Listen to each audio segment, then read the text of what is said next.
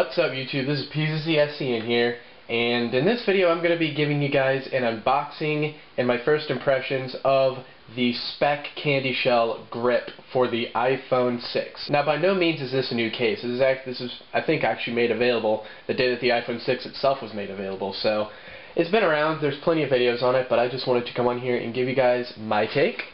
And here it is. I actually got this thing earlier today. I have been using it throughout the day, so this isn't exactly like the first time I've opened it, but I have to say, so far I'm liking this. So here it is. This is the Speck candy shell grip, okay?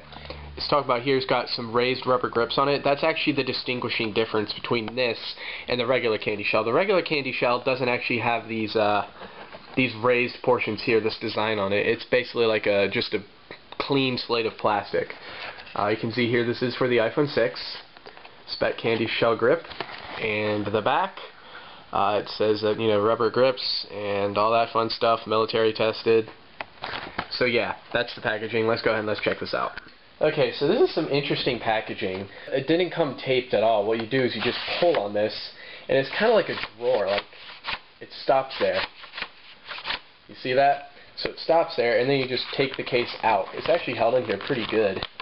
But there's like a plastic iPhone form, almost. It's got some ridges on it that actually helps hold it in. So that's how you get that off, and then you just close this up.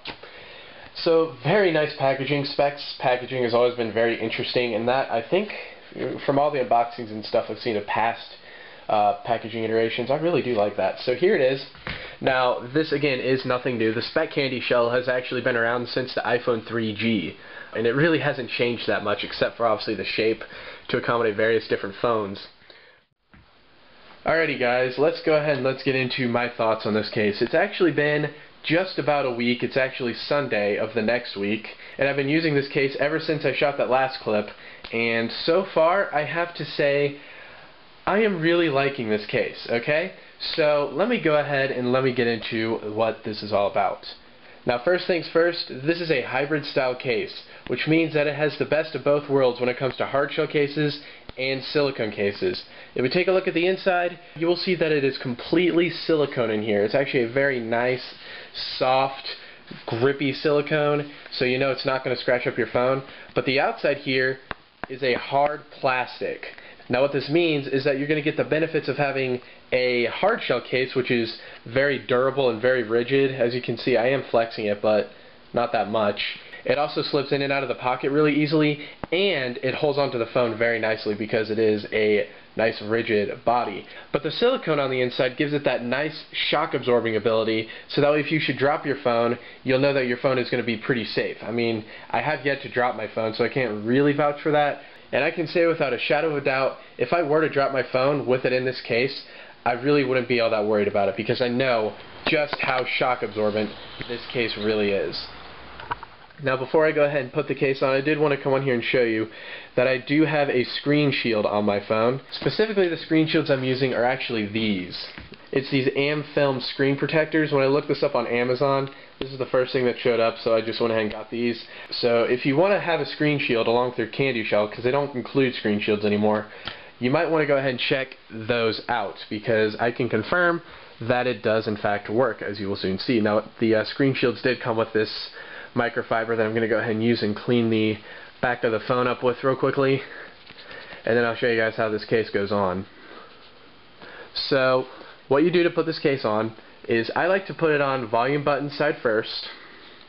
Okay, so drop the volume buttons in, and this case actually, the way it's designed is when you tug at either end of these corners here, you'll see that it stretches a little bit. You see that, where how it's a little bit sort of stretchy? That is like that to make this case a lot easier to put on. So again, let's go ahead and put this here, push this corner in next, watch the corner, see if you can see it flex. See how it's stretched over that? Now I'm going to go ahead and hold this button down, and then I'm going to push this corner over, and just like that. The reason why I held the button down is so that it didn't get caught on the edge of the case.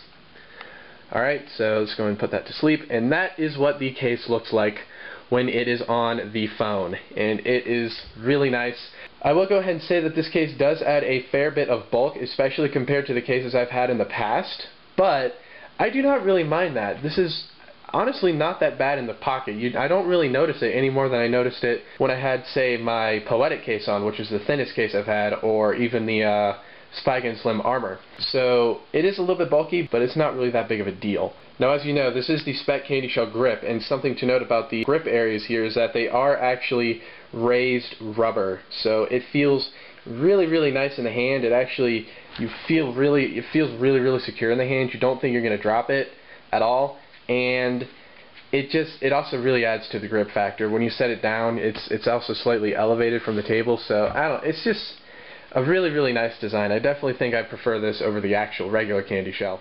Alright, so let me go ahead and let me get into the things that I like about this case. One of the first things that I really like about this case is the fact that the sleep button is super duper easy to press. It takes almost no effort, as opposed to the Poetic case that I had. Sometimes when I went to put the iPhone in my pocket when I had the Poetic case, that case had so much resistance that I'd sometimes hit it and then go to put it in my pocket, but I didn't actually have it asleep, so it would be awake in my pocket.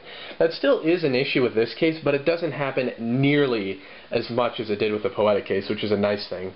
The volume rockers, though, on the other hand, they do take a little bit of effort to press.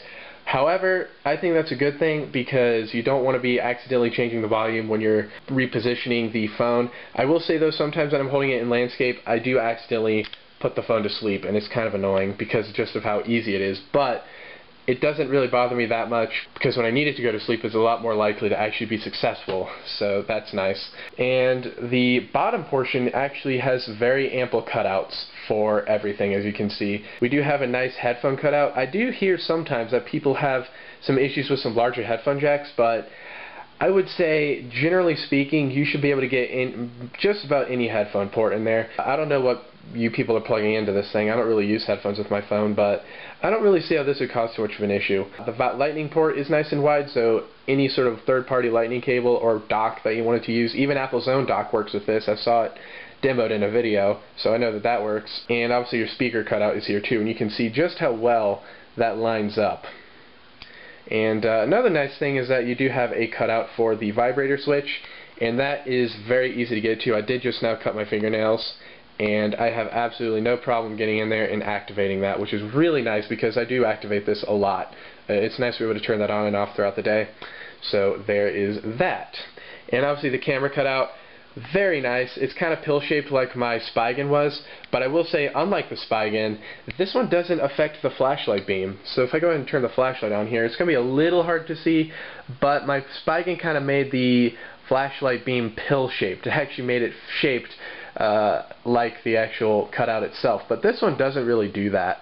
It does a little bit on the top, if you can see, but it's not that it really even bothered me when it did it on the Spigen. It was just something that I noticed, and whenever I did notice it, it bothered me. But it's a lot less noticeable on this one, so that is nice. You can also see it lines up very nicely. So far, there really is only one complaint that I have with this case, and that is to do with actually plugging it into a lightning port. Sometimes at night, when I go to plug this thing into charge, I will actually kind of put it in a little high, and then when I push it in, my lightning cable gets stuck underneath and pops out like that. Now, I saw somebody on Amazon also having that problem, but I was thinking there's no way that I'm going to have that problem. He's probably just really bad at plugging in his lightning port, but it's happened to me, and it happens to me not necessarily nightly, but maybe every other night. And it really annoys me because I don't really want to wear out this little bridge here, and I also don't want to scratch my phone. So that is something to keep in mind. You really have to pay attention and make sure that you get it to land perfectly into the actual port itself when you're going to plug it in. So keep that in mind. Again, I haven't really seen a lot of people complaining about that so far. It's just me and that other guy I've seen. But yeah, it's just something I wanted to go and point out to you guys. Overall, I have to say that I am a very big fan of this case. I don't really have that many complaints about it. I really like the color that I chose here. In fact, it actually matches up perfectly with the color of grass. If I were to drop this outside in a grass field, I'd be in a little bit of trouble. But other than that, I'm a very big fan of this particular color. It looks really, really nice. I love the grippy feature to it. The grips do stick out a little bit, so you do get a little bit of elevation when it's on the table. And this morning, actually, I was out to lunch with some friends of mine, and somebody spilt the water, and it did get a little bit under my phone, but nothing really got damaged. My phone case was a little bit wet, But other than that, it was, I mean, it's not a waterproof case. It's just that it did kind of prevent my phone from getting water damage like that, so that was kind of cool. Not necessarily going to say that was due to the raised design of the ribs or not, but just something I thought was worth mentioning. I am more than pleased with this case.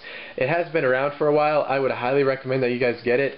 Like I say again, since it is hybrid, you get some excellent shock protection. You whack this against your knuckle or you whack this on the table, you will feel that it bounces back at you. Also, you do get a very ample lay on the table design, which means that you can lay this face down onto a table with no fears. In fact, some of the pictures I took of this case that you've been seeing have been face down on things like gravel or the ground, or even, you know, even tables. So yeah, I definitely do like the lay on the table design. That is very nice. This is the most lay on the table I've had on a phone case, but I will go ahead and say it doesn't get in the way. I barely even notice it, so that is nice. One interesting detail that a lot of people have missed is that there's a little cutout here which allows access to the proximity sensor. There's a proximity sensor up here at the top. If I go ahead and, like, I think Siri will act. No, you can actually see it right there. That little dot is the proximity sensor. With this cutout here, that's actually unobstructed, so just a little extra detail I thought I'd mention. Actually, before I go ahead and go, I wanted to go ahead and show you guys how to take this thing off. It's not that hard, but it is a little bit tricky. So what I do is I put it on a soft surface first so I could rest it against my knee, or in this case my bed, and then what I do is I hold it like so, and I'm going to basically pry the two sides apart. Again, we have that stretchy design on it, so when I do that, I'm also going to be pushing on the back of the phone like this, and that's going to release the bottom. Now this corner wants to hold on a little bit more, so I'm going to come over here and pop that one out by itself. Now as you can see, we've got the bottom portions out. Now the thing I don't like here is that we have buttons to deal with, so I'm going to go ahead and lift. I'm going to pull this away from the volume buttons, kind of like that, and pop this corner out. Let me see if I can do this a little bit better. So, boom. I did flip it into vibrate while doing that, but there we go. So, you just be careful with it. Don't slam it on and rip it off. Essentially, just take your time with it so that way you don't damage anything. But yeah, there you go. It is easily removable. So yeah, guys, I think that is going to go ahead and do it for the Speck Candy Shell Grip. I would highly recommend this case. I'll have a link in the description to get it on Amazon, and check it out. So thank you so very much for watching, and adios.